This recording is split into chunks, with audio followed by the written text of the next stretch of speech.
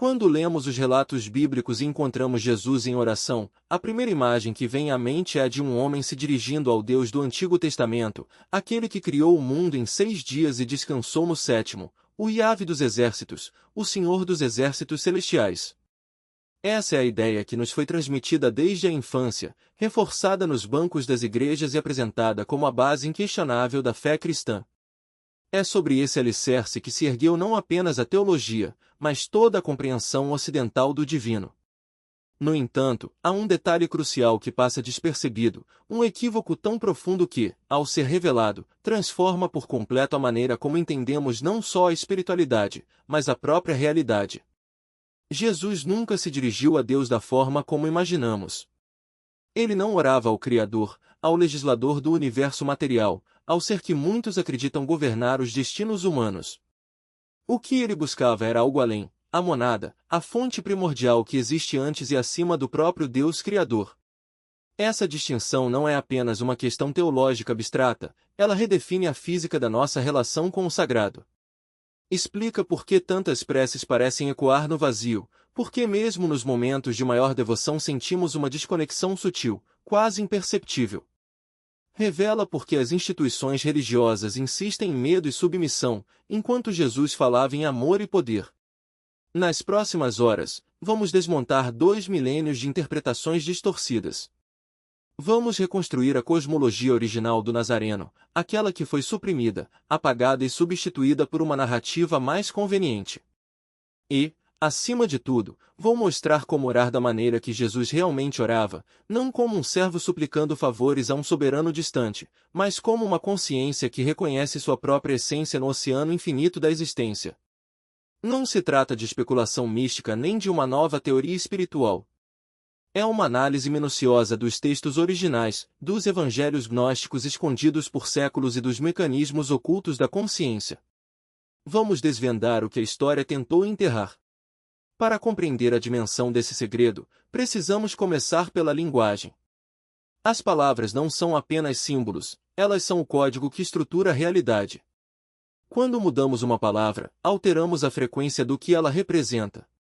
Nas traduções modernas da Bíblia, a palavra Deus é usada de forma genérica, abarcando desde o Deus tribal e guerreiro do Antigo Testamento até o Espírito Universal do Novo. Os tradutores nivelaram o terreno, transformando entidades distintas em uma única figura. Mas quando voltamos ao grego e ao aramaico, as línguas originais dos textos e das palavras de Jesus, a diferença se torna inegável.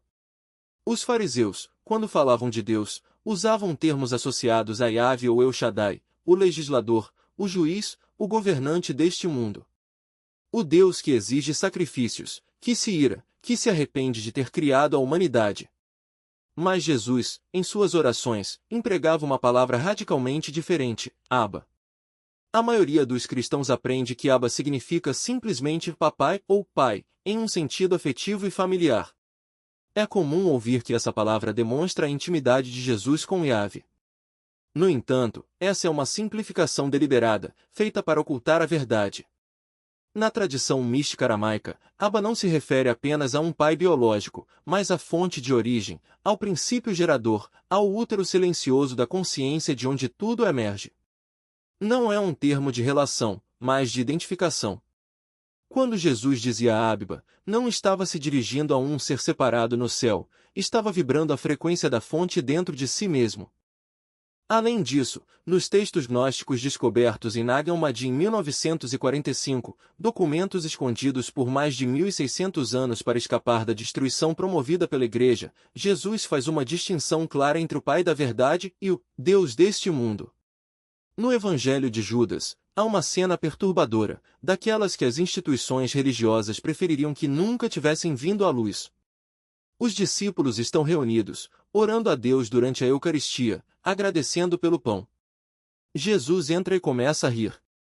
Os discípulos, ofendidos, perguntam, Mestre, por que ri de nossa oração de ação de graças?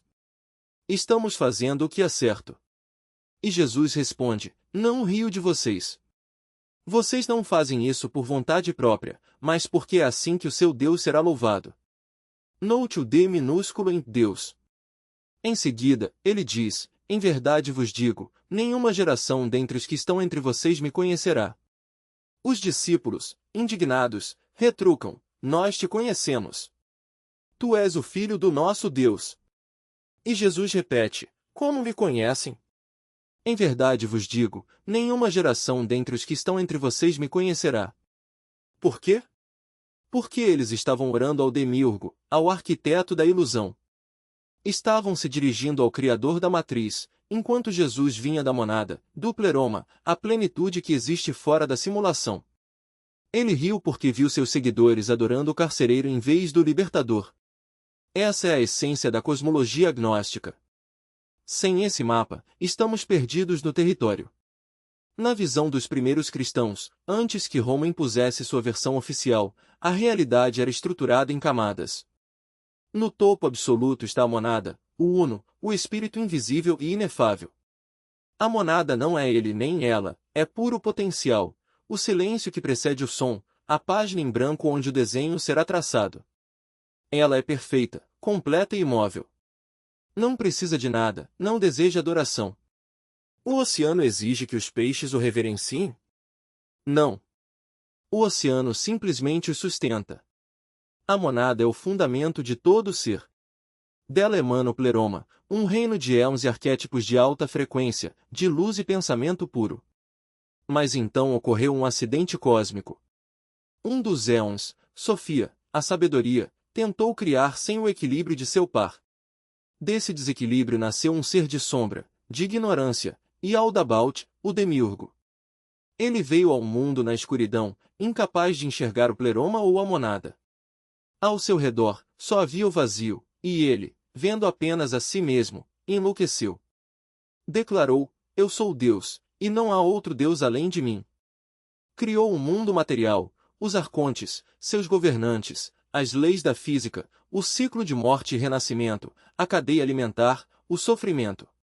Aprisionou fagulhas divinas, almas humanas, em corpos biológicos para alimentar seu sistema. Esse é o Deus do Antigo Testamento. O Deus ciumento, que exige sacrifícios de sangue, que ordena genocídios, que afirma criar tanto a luz quanto as trevas, tanto a paz quanto o mal. Eu formo a luz e crio as trevas, faço a paz e crio o mal, eu, o Senhor, faço todas estas coisas, diz Isaías 45, 7. Essa é a voz do demiurgo falando. Jesus era um emissário da monada. Veio do pleroma, atravessando o véu do demiurgo para entrar na simulação e despertar os cativos. Sua missão era dizer às fagulhas divinas: vocês não pertencem ao arquiteto. Vocês pertencem à fonte. Por isso, quando orava, Jesus contornava o demiurgo, sintonizando sua consciência além da frequência dos arcontes, além do Deus Criador, diretamente com a monada. Isso explica por que os líderes religiosos de sua época o odiavam. Eles eram. É um mecanismo de controle perfeito. Você se ajoelha para um Deus que exige submissão, e enquanto faz isso, alimenta a própria estrutura que o aprisiona. Mas quando você ora como Jesus ensinou, algo radical acontece. Você deixa de ser um suplicante e se torna um co-criador. A gratidão não é um gesto de humildade forçada, é a chave que destrava o pleroma. Ela é a frequência que dissolve a ilusão de separação. E aqui está o detalhe crucial: o demiurgo não pode tocar no que não vibra em sua frequência. Ele governa o medo, a culpa, a escassez. Mas a gratidão? A gratidão é a assinatura do infinito. É o som do universo lembrando que você já é completo. Veja como isso se aplica na prática. Quando você diz obrigado por este dia, mesmo que o dia seja um caos, você não está mentindo para si mesmo. Você está reprogramando sua percepção. A mente linear dirá: como posso agradecer se estou doente, se perdi meu emprego, se estou sozinho? Mas a mente gnóstica entende: a gratidão não é uma reação ao que já existe, é um comando para o que ainda não se manifestou. Ela é a ponte entre o possível e o real. Quando Jesus agradeceu pela ressurreição de Lázaro antes de acontecer, ele não estava sendo otimista. Estava executando a lei superior. E é por isso que os arcontes temem tanto a oração autêntica. Não a oração de joelhos, de mãos postas, de olhos fechados, mas a oração que é consciência pura. Aquela que não pede, não barganha, não negocia. A que simplesmente é. Porque essa oração não flui para o pleroma. Ela flui do pleroma. É a monada reconhecendo a si mesma através de você. E quando isso acontece, o demiurgo perde seu domínio.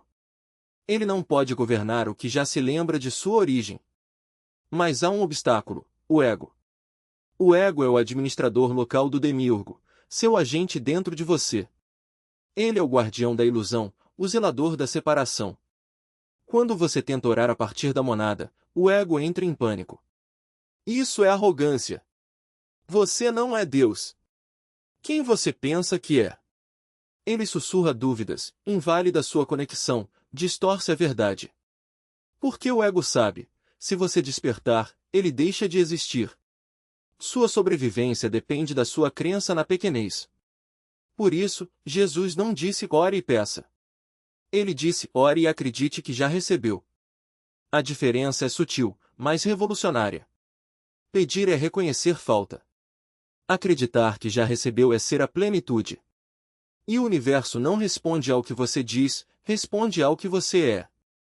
Se você vibra escassez, o universo espelha escassez. Se vibra abundância, ele espelha abundância. Não porque o universo seja um juiz que recompensa os bons, mas porque ele é um espelho perfeito. Um espelho não escolhe o que reflete.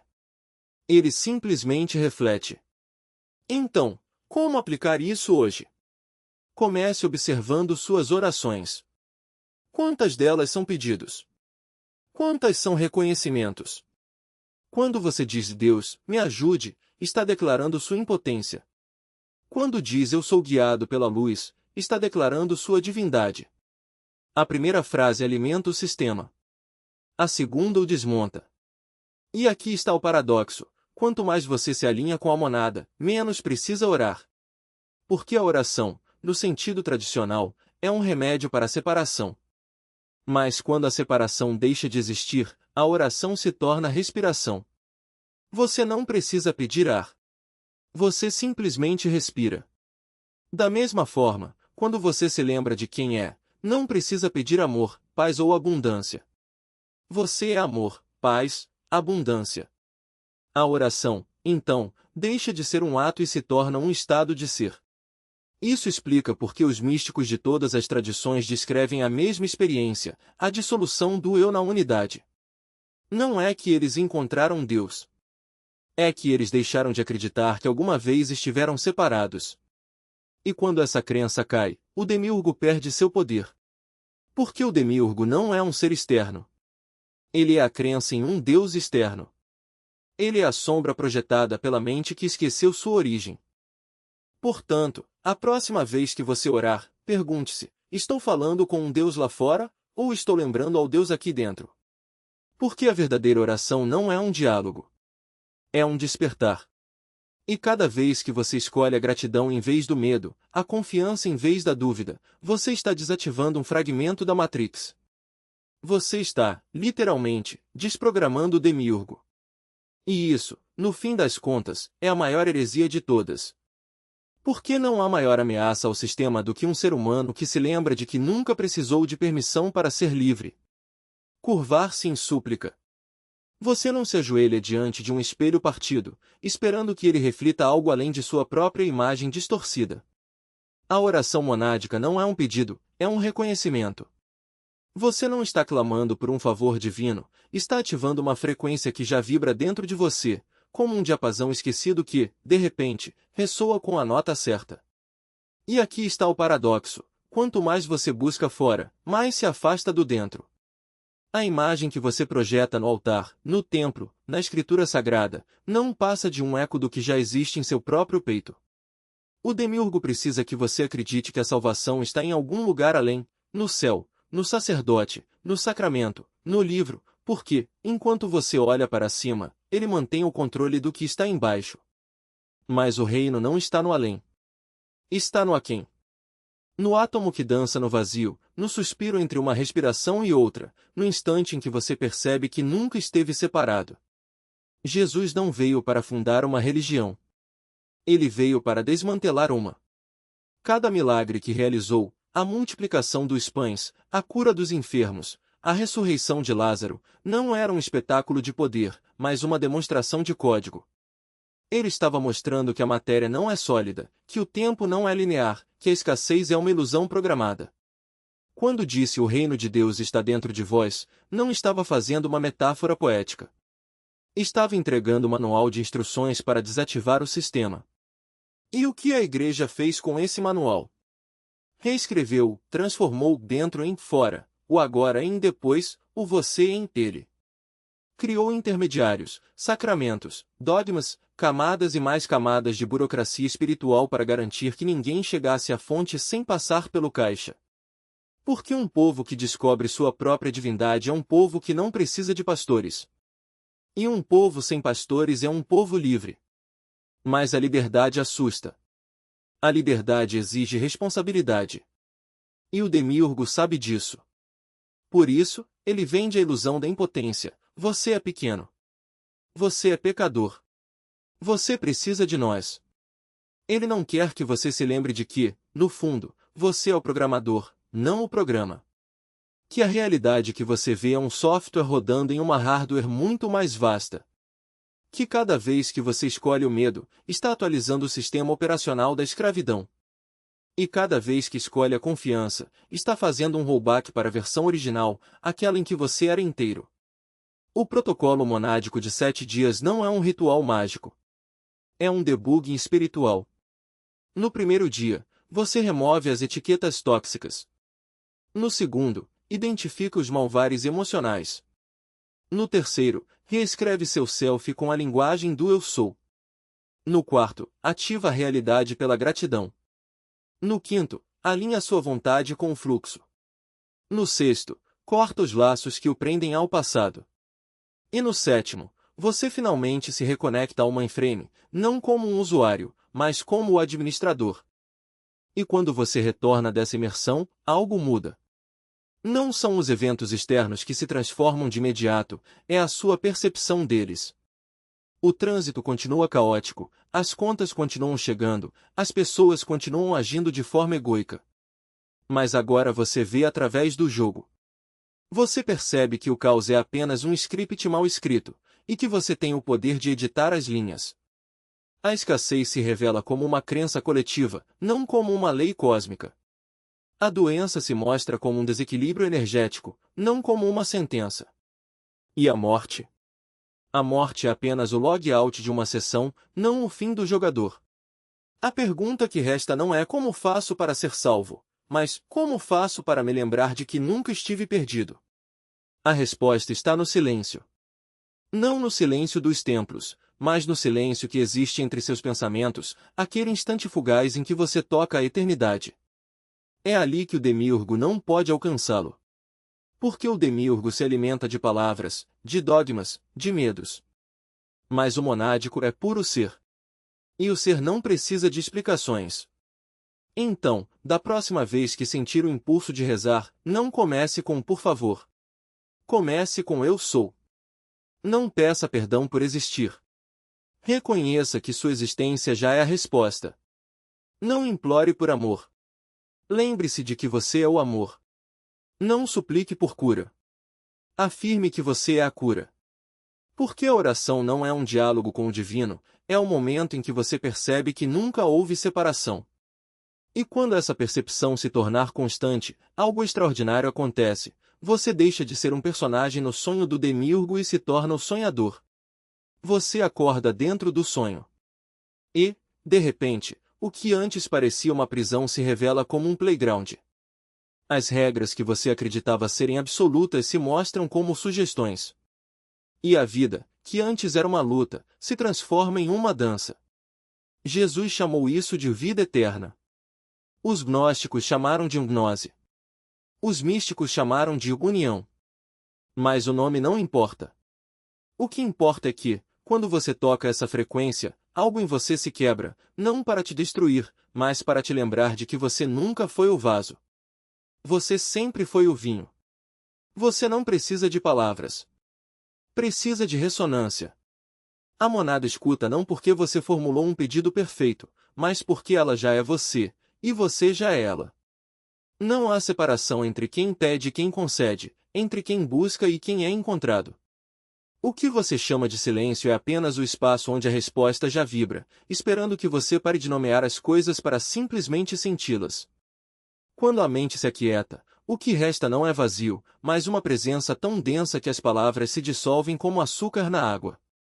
Não é um estado de ausência, mas de plenitude, como se, de repente, você lembrasse de algo que nunca esqueceu. A monada não está lá fora, esperando ser invocada.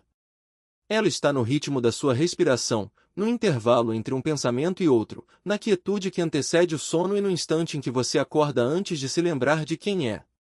Eis o paradoxo: quanto mais você tenta alcançá-la, mais ela se afasta. Mas quando você desiste de agarrar, quando solta a necessidade de controle, ela se revela como o próprio tecido da sua existência. Não é uma conquista, mas um reconhecimento. Não é uma jornada, mas um despertar para o que sempre esteve aqui. A monada não é um destino.